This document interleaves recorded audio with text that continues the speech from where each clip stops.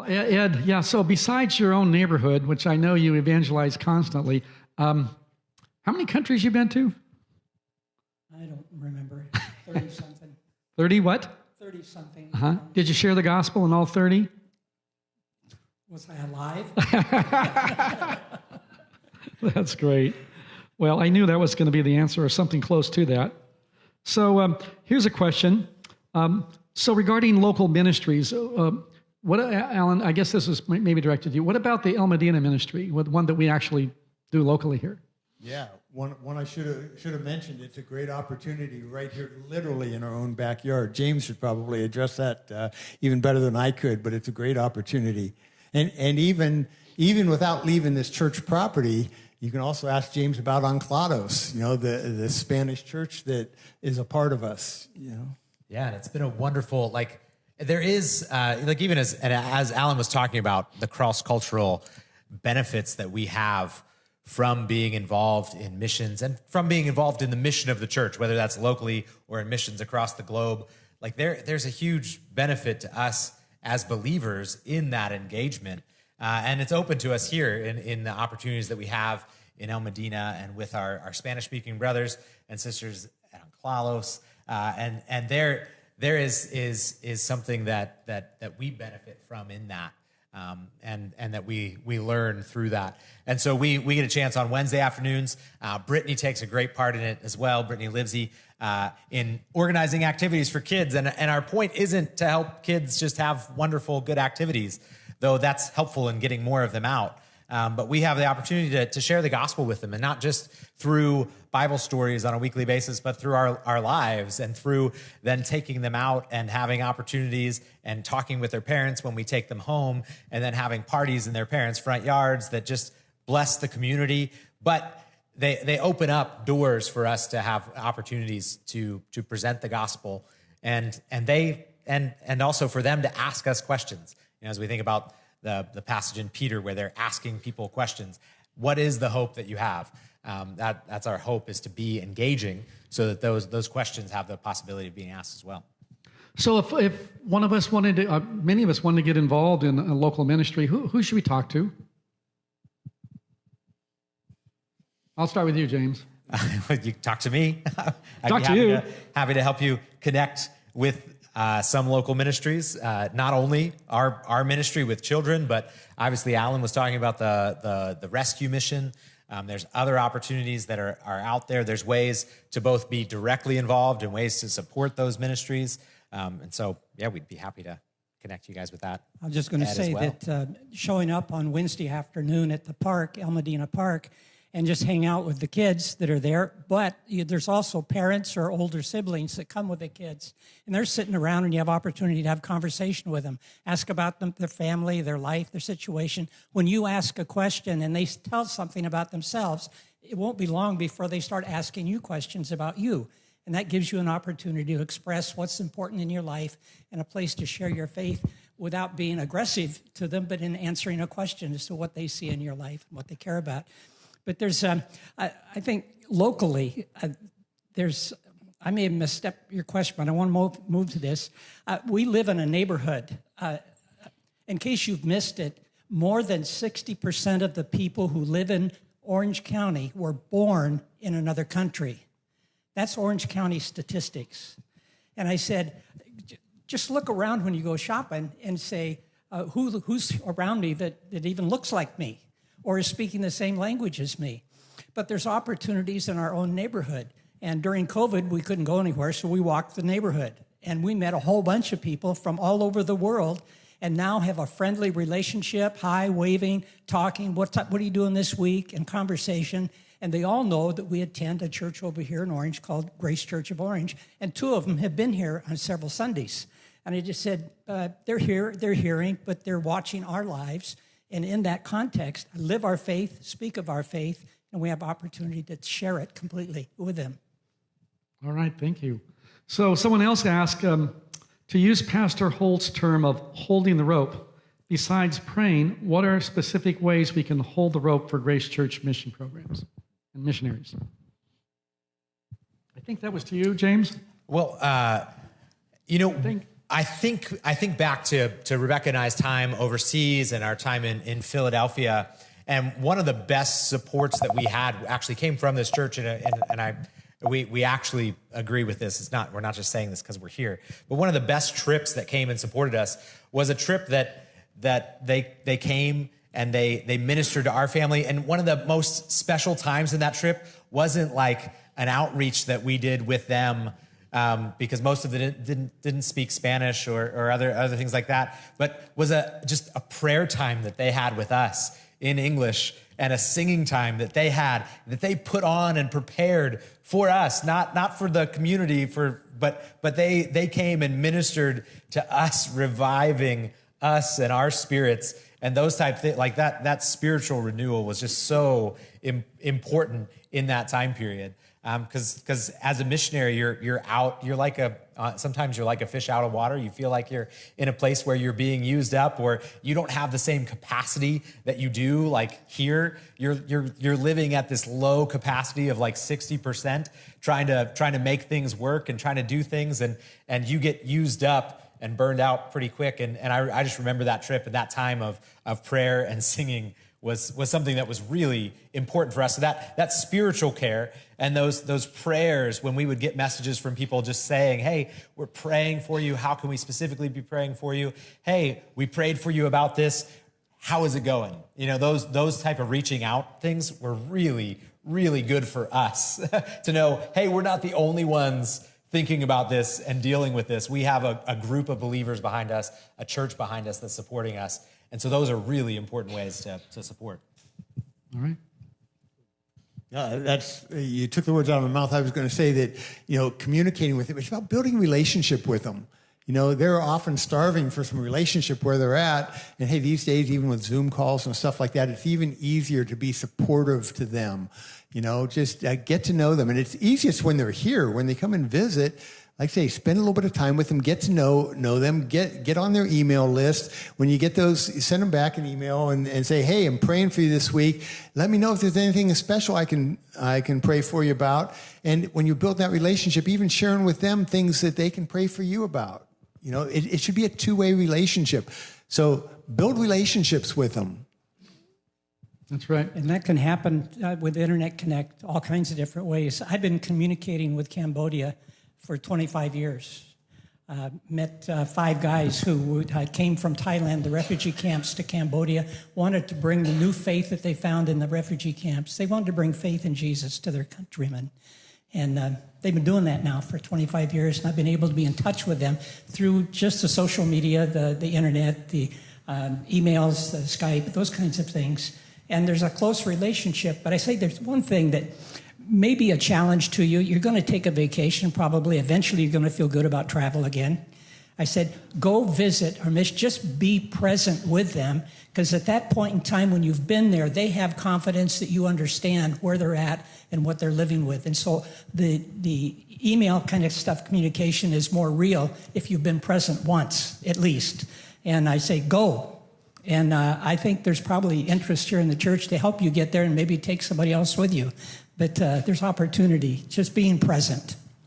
And let the church missions team know that you're interested, because then as opportunities come up, if we know what your interests are, we can try to help connect you with some of that. But I do want to go back to one of the comments that James made that's really important, that, when you go overseas, whether it's short-term or long-term, why are you going overseas and expecting to do something different than you're doing at home all the time?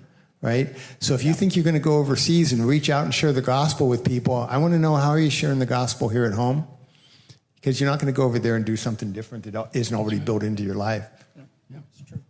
So that kind of leads to another question that was asked.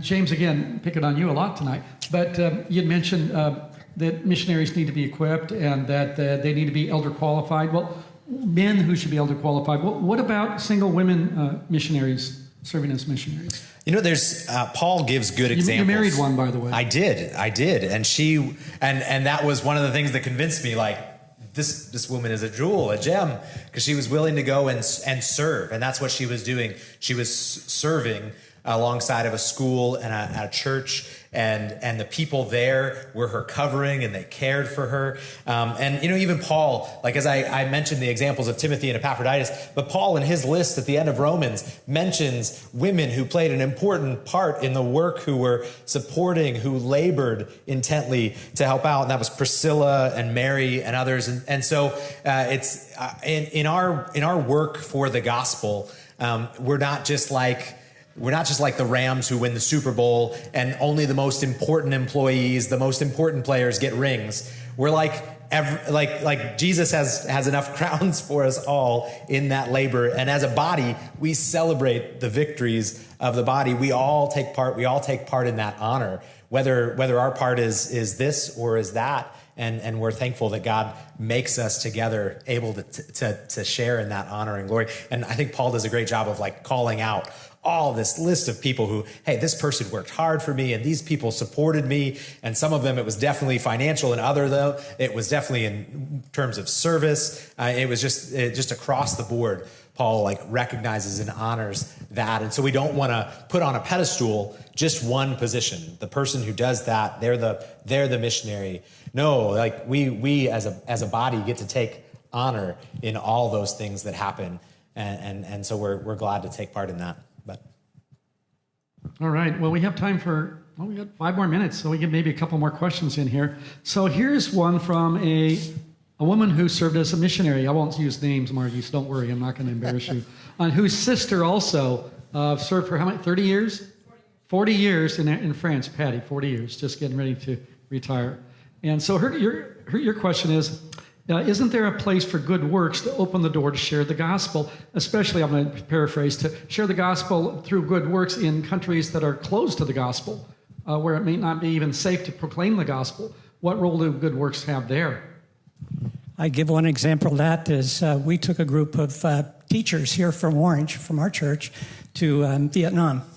And we went there to the university and had 2 weeks with teachers of English in the country, helping them with their pronunciation of the language and how to create sentences. They could teach grammar, they could teach vocabulary, but they couldn't speak it well.